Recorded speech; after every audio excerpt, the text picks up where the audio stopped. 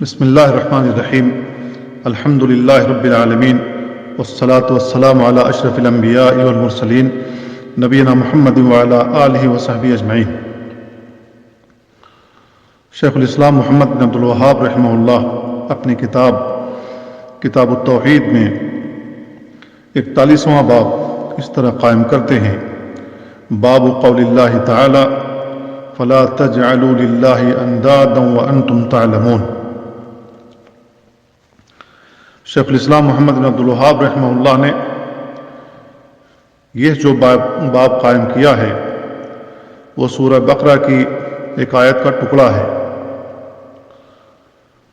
پوری آیت یہاں سے شروع ہوتی ہے: یا ایھا الناس اعبدوا ربکم الذی خلقکم والذین من قبلکم لعلکم تتقون الذی جعل لکم الارض فراشا والسماء بناء وأنزل من السماء ماء فأخرج به من الثمرات رزقا لكم فلا تجعلوا لله أندادا وأنتم تعلمون۔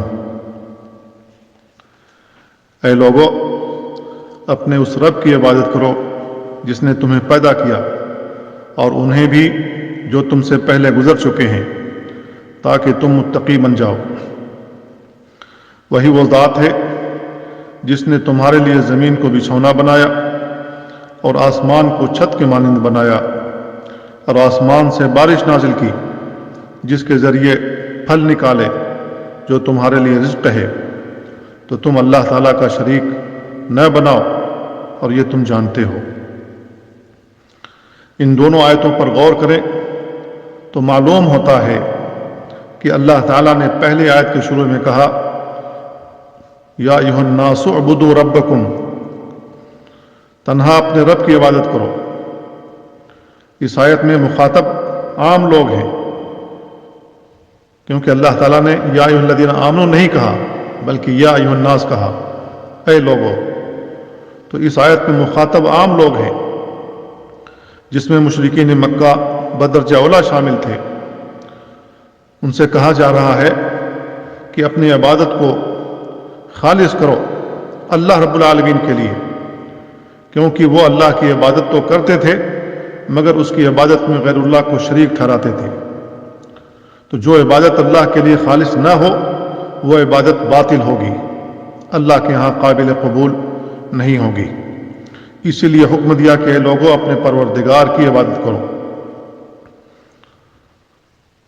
پھر آگے تنہا اللہ کی عبادت کیے جانے کی دلیل یہ دی: الذی خلقکم، وہی وہ ذات ہے جس نے تمہیں پیدا کیا۔ تو جو پیدا کرنے والا ہے وہی حقدار ہے کہ اس کی عبادت کی جائے۔ عبادت کا حقدار تنہا وہی ہو سکتا ہے جو کسی چیز کی تخلیق کی قدرت رکھتا ہو۔ جو تخلیق کی قدرت نہ رکھے وہ عبادت کا مستحق نہیں بن سکتا۔ اسی لیے بتوں کی عبادت، مردوں کی عبادت، اولیاء الصالحین کی عبادت، شجر و حجر کی عبادت کی تردید ہوتی ہے، کیونکہ انہیں کسی چیز کی تخلیق کی قدرت نہیں حاصل ہے۔ اللہ تعالیٰ کا فرمان ہے: یا ایھا الناس ضرب مثل فاستمعوا له ان الذين تدعون من دون الله لن يخلقوا ذبابا ولو اجتمعوا له وان يسلبهم الذباب شيئا لا يستنقذوه منه ضعف الطالب والمطلوب۔ بے شک اللہ کے علاوہ جنہیں تم پکارتے ہو وہ سب مل کر ایک مکھی بھی نہیں پیدا کر سکتے۔ اگر مکھی ان سے کوئی چیز چھین کر لے جائے تو وہ اس سے چھڑا بھی نہیں سکتے ہیں۔ طلب کرنے والا اور جس سے طلب کیا جا رہا ہے دونوں ہی ضعیف اور ناتواں ہیں۔ یہ سورہ حج کی آیت ہے۔ مشرکین مکہ یہ عقیدہ رکھتے تھے کہ ان کا پیدا کرنے والا اللہ ہے، کوئی اور نہیں ہے، جیسا کہ اللہ نے بیان فرمایا: وَلَئِن سَأَلْتَهُم مَّنْ خَلَقَهُمْ لَيَقُولُنَّ اللَّهُ۔ اگر آپ ان سے پوچھیں کہ انہیں کس نے پیدا کیا ہے تو کہیں گے کہ اللہ نے۔ تو تم غیر اللہ کی عبادت بجا لانے سے ڈرتے کیوں نہیں؟ تنہا اللہ تعالیٰ کی عبادت کیوں نہیں کرتے؟ ایک اللہ کی عبادت کر کے اس کے عذاب سے اپنے آپ کو کیوں نہیں بچا لیتے؟ اللہ کے عذاب سے اللہ کی عبادت اور ایمان ہی کے ذریعے بچا جا سکتا ہے۔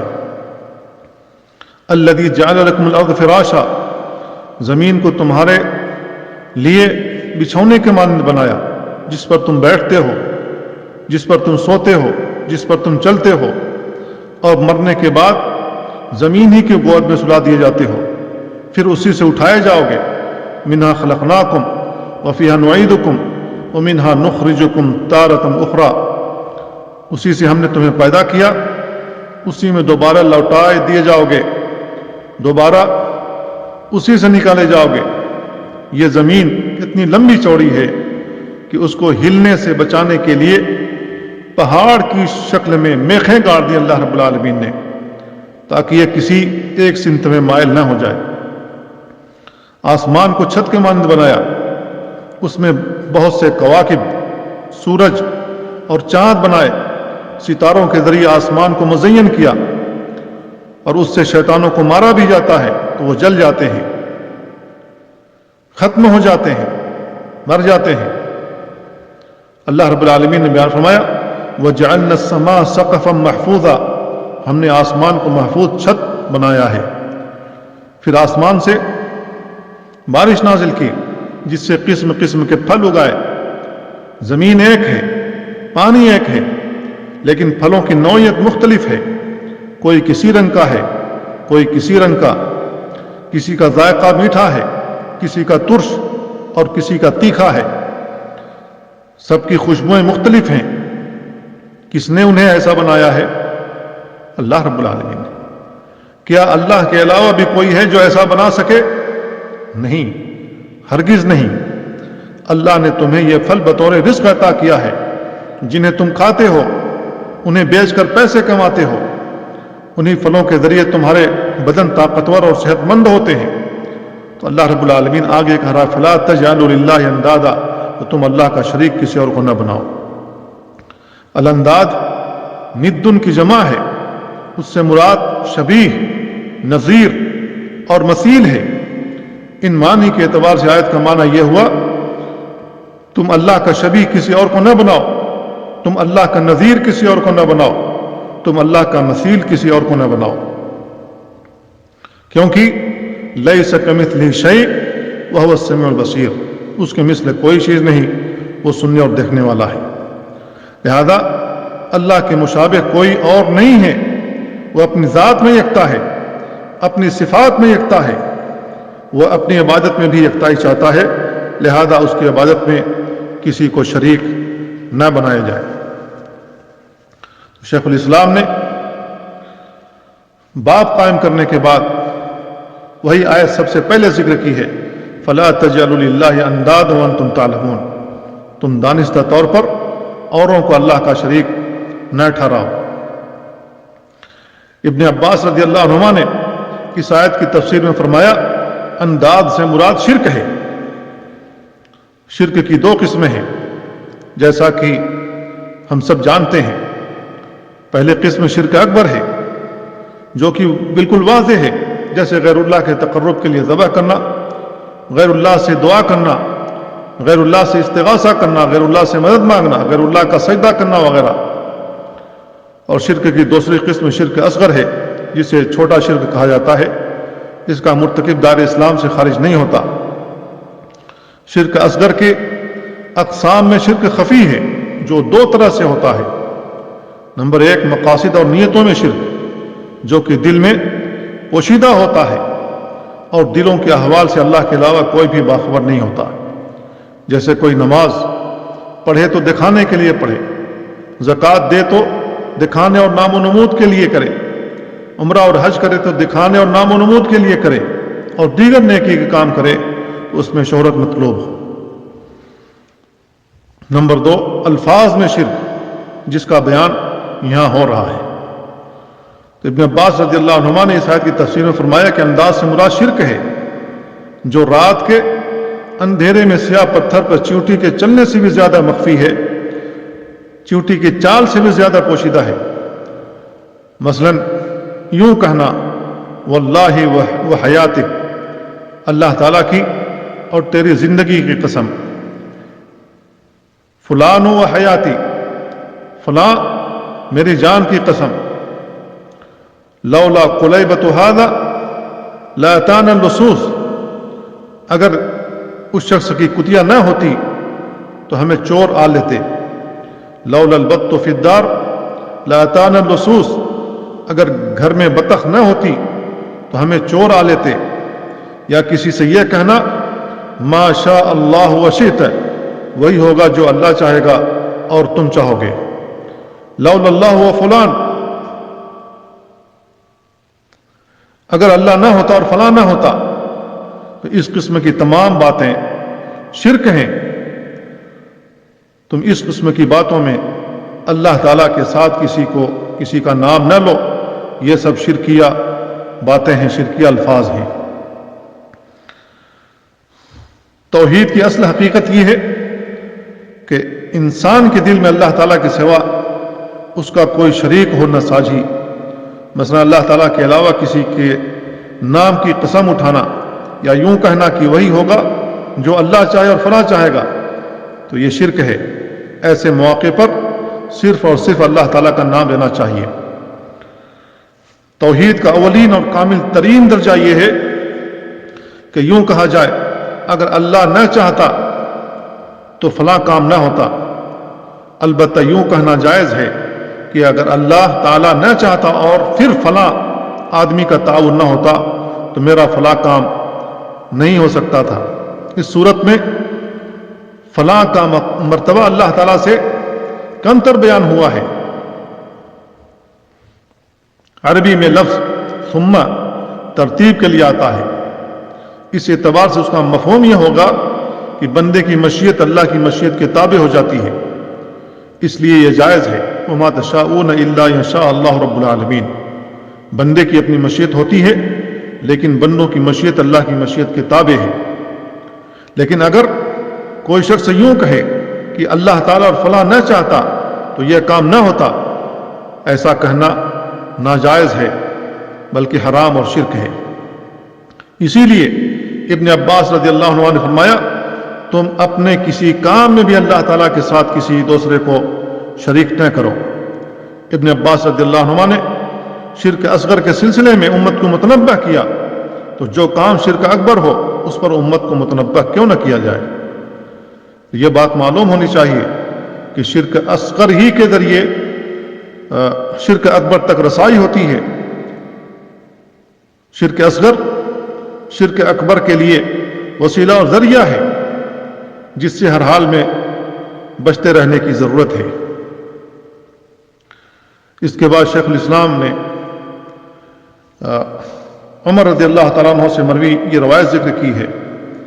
کتاب میں عمر رضی اللہ تعالیٰ عنہ ذکر کیا ہے، جبکہ یہ حدیث عبداللہ بن عمر رضی اللہ عنہ سے مروی ہے. تو شیخ الاسلام سے یہاں سہو ہو گیا ہے. حدیث اس طریقے سے ہے کہ من حلف بغیر اللہ فقد کفر او اشرک. جامع ترمذی کی روایت ہے کہ جس نے اللہ تعالیٰ کے سوا کسی دوسرے کی قسم کھائی اس نے کفر کیا یا شرک کا ارتکاب کیا. اس حدیث میں غیر اللہ کے نام کی قسم کھانے کی مذمت بیان ہوئی ہے. جیسے کوئی شخص قسم کھائے تیری قسم، اس بچے کے سر کی قسم، میری ماں کی قسم، تیرے باپ کی قسم، کعبے کی قسم. قسم کا معنی یہ ہوتا ہے کلام میں تاکید پیدا کرنے کے لیے کسی ایسی شخصیت کا نام لینا جو مخاطب اور متکلم دونوں کے ہاں لائق تعظیم ہو. در حقیقت وہ اللہ تعالیٰ ہی کی ذات ہے جو ہر کسی کے ہاں لائق تعظیم ہے. اسی لیے ضروری ہے کہ کلام میں تاکید اور پختگی پیدا کرنے کے لیے اس کے سوا کسی اور کا نام نہ لیا جائے. دوسرے لفظوں میں یوں کہنا چاہیے کہ اس کے سوا کسی اور کے نام کی قسم نہیں کھانی چاہیے. غیر اللہ کی قسم کیوں شرک ہے؟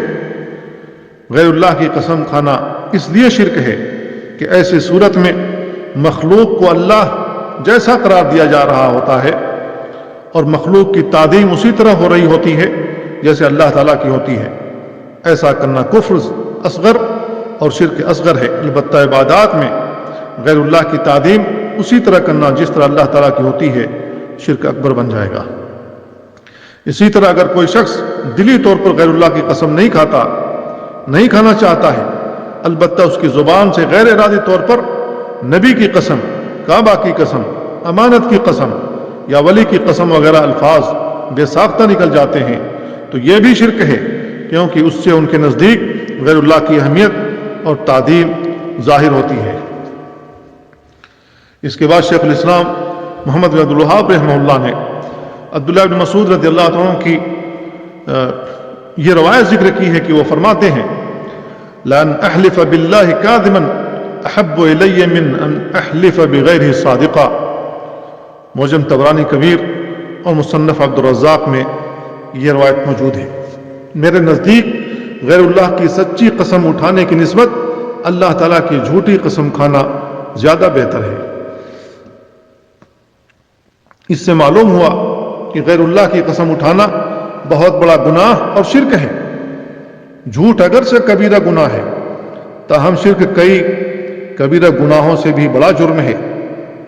سچائی میں شرک کی آمیزش کی بنسبت توحید میں جھوٹ کی آمیزش کمتر گناہ ہے، کیونکہ توحید والی نیکی جھوٹ سے عظیم تر اور شرک کا گناہ جھوٹ کے گناہ سے عظیم ترین ہے۔ اس کے بعد شیخ الاسلام نے حذیفہ رضی اللہ تعالیٰ عنہ کی روایت ذکر کی ہے کہ رسول اللہ صلی اللہ علیہ وسلم نے ارشاد فرمایا لا تقولوا ما شاء اللہ وشاء فلان ولكن قولوا ما شاء اللہ ثم شاء فلان۔ ابو داؤد میں یہ روایت موجود ہے۔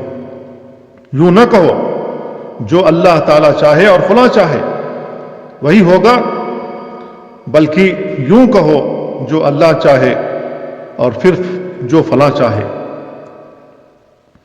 یہ ممانعت تحریم کے لیے ہے، یعنی ایسی بات کہنا حرام ہے، کیونکہ ایسے الفاظ کے ذریعے مشیت میں اللہ تعالیٰ کے ساتھ غیر اللہ کو شریک کیا جاتا ہے۔ البتہ یوں کہنا جائز ہے، وہی ہوگا جو اللہ تعالیٰ چاہے اور پھر فلاں چاہے، کیونکہ انسان کی مشیت اللہ تعالیٰ کی مشیت کے تابع ہے، جیسا کہ اللہ تعالیٰ کا ارشاد وما تشاءون الا ان یشاء اللہ رب العالمین۔ تم نہیں چاہتے مگر وہی جو اللہ رب العالمین چاہے۔ اس سے معلوم ہوا کہ بندوں کی اپنی مشیت ہوتی ہے جو اللہ کی مشیت کے تابع ہے۔ اس سے جبریہ کی تردید ہوتی ہے جو کہتے ہیں کہ بندوں کی اپنی کوئی مشیت نہیں ہوتی، بندہ محض تقدیر کے آگے مجبور ہے۔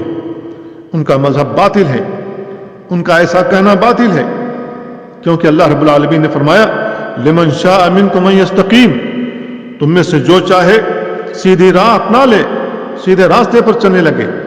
دوسری آیت میں فرمایا فمن شاء فلیؤمن ومن شاء فلیکفر، تم میں سے جو چاہے ایمان لائے اور تم میں سے جو چاہے کفر اختیار کرے۔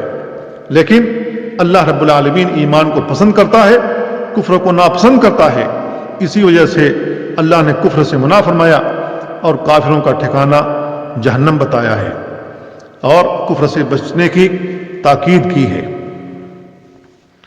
تو بندوں کی مشیت اللہ کی مشیت کے تابع ہونی چاہیے۔ اس کے بعد شیخ الاسلام نے ابراہیم نخعی رحمہ اللہ کا قول ذکر کیا ہے۔ ابراہیم نخعی رحمہ اللہ یوں کہنا ناپسند اور مکروہ جانتے تھے اعوذ باللہ و بک، میں اللہ تعالیٰ کی اور تمہاری پناہ چاہتا ہوں۔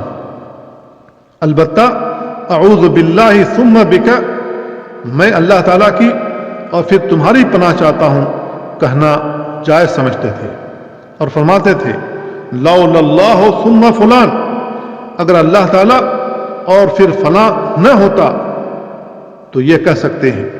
البتہ لولا اللہ و فلان، اگر اللہ تعالیٰ اور فلاں نہ ہوتا تو ایسا کہنا جائز نہیں ہے، کیونکہ پہلے جملہ میں پناہ طلب کرنے کے لیے غیر اللہ کو اللہ تعالیٰ کا شریک بنایا جاتا ہے، کیونکہ جس سے پناہ مانگی جائے اس کے سامنے التجا، اس کے ساتھ مضبوط تعلق ہونے کے علاوہ اس کی طرف رغبت، اس کا ڈر اور خوف اور دل کی اس کے ساتھ مکمل وابستگی ہوتی ہے۔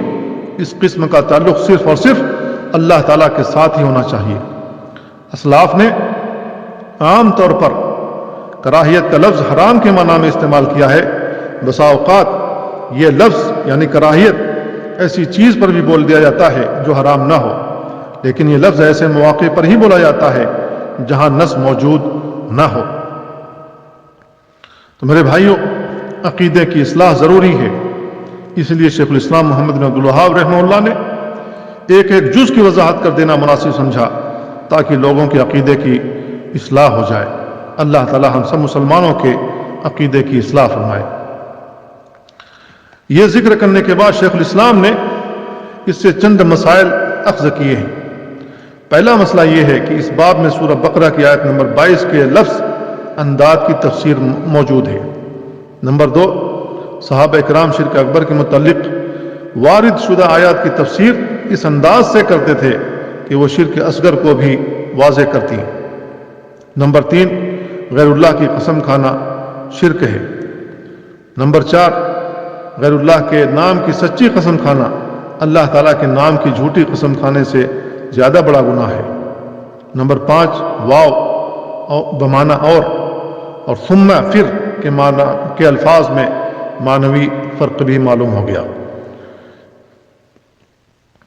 اللہ تعالیٰ سے دعا ہے کہ اللہ تعالیٰ ہمیں اور تمام مسلمانوں کو اور ہمارے اولادوں کو ہر قسم کے شرک سے محفوظ رکھے، چاہے وہ شرک بڑا ہو، چاہے شرک چھوٹا ہو، چاہے شرک خفی ہو، چاہے الفاظ کا شرک ہو. اللہ تعالیٰ ہم سب کو ہر قسم کے شرک سے محفوظ رکھے اور توحید پر قائم و دائم رکھے. وصلی اللہ وسلم علی نبینا محمد وعلی آلہ وصحبہ اجمعین.